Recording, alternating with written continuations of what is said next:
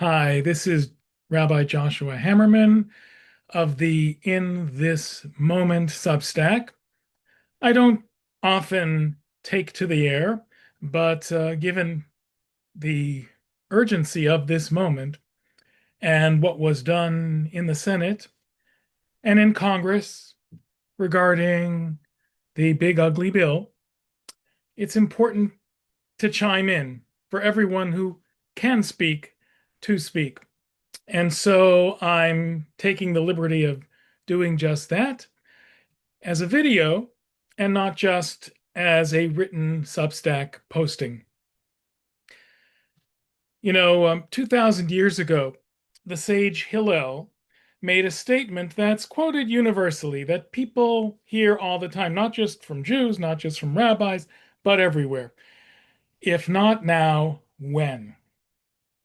With Congress now on track to pass that big ugly bill, which experts estimate will rob at least 10 million Americans of their health care, kick 20 million off Medicaid, promote food insecurity among those most vulnerable, undermine clean energy and climate protection, threaten the rule of law while funding a police state, and increase the deficit by 3.3 trillion.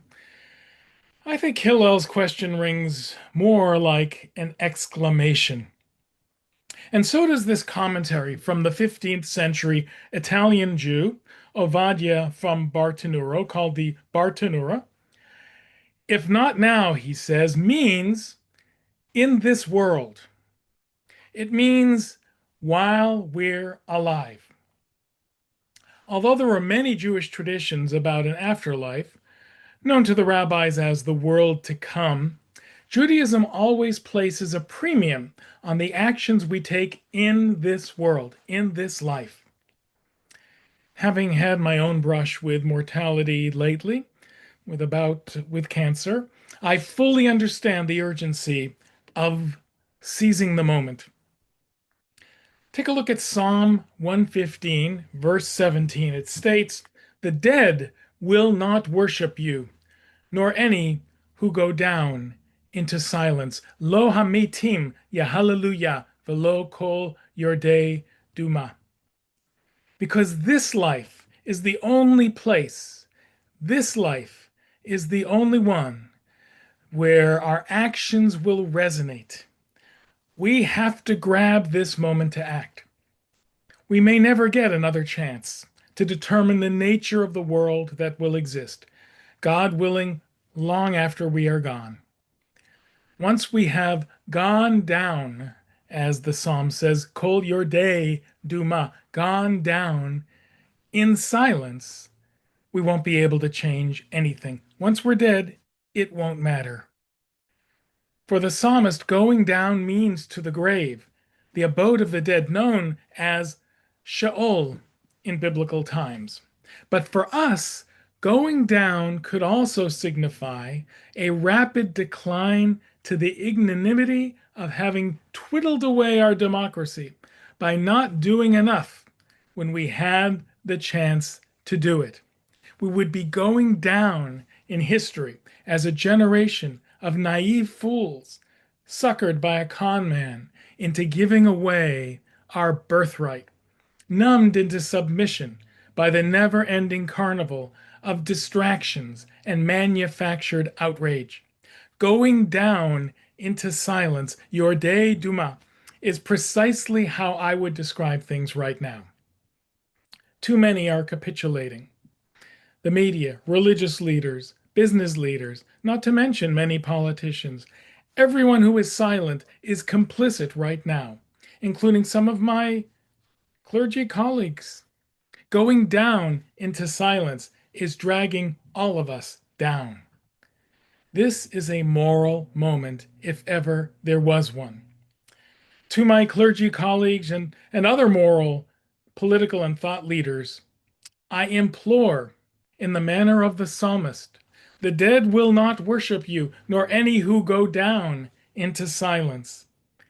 In my mind, that means those who bring our nation down with their silence now will have forfeited a precious chance to bring a measure of godliness and basic human decency into our troubled world.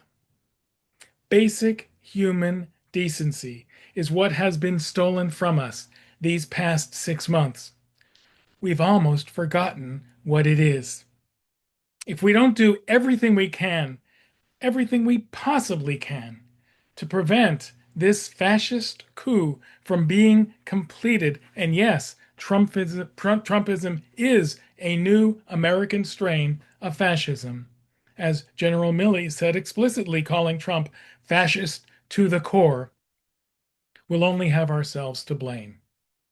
And so, if not now, when, means precisely now, while we have the physical life force within us, and for now, the freedom to do something about it.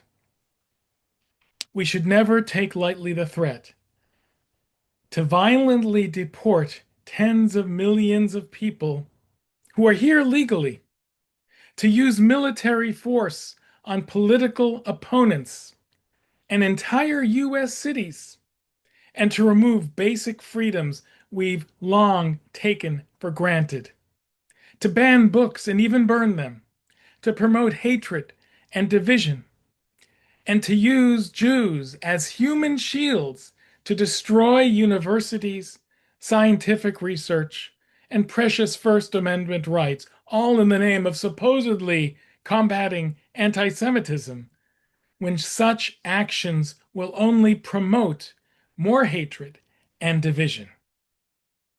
Hillel would be calling on us to stand up to defend what is right and good. As the Bartanura would tell us, we can sleep when we're dead. Thanks for listening and for reading my Substack. Thank you so much.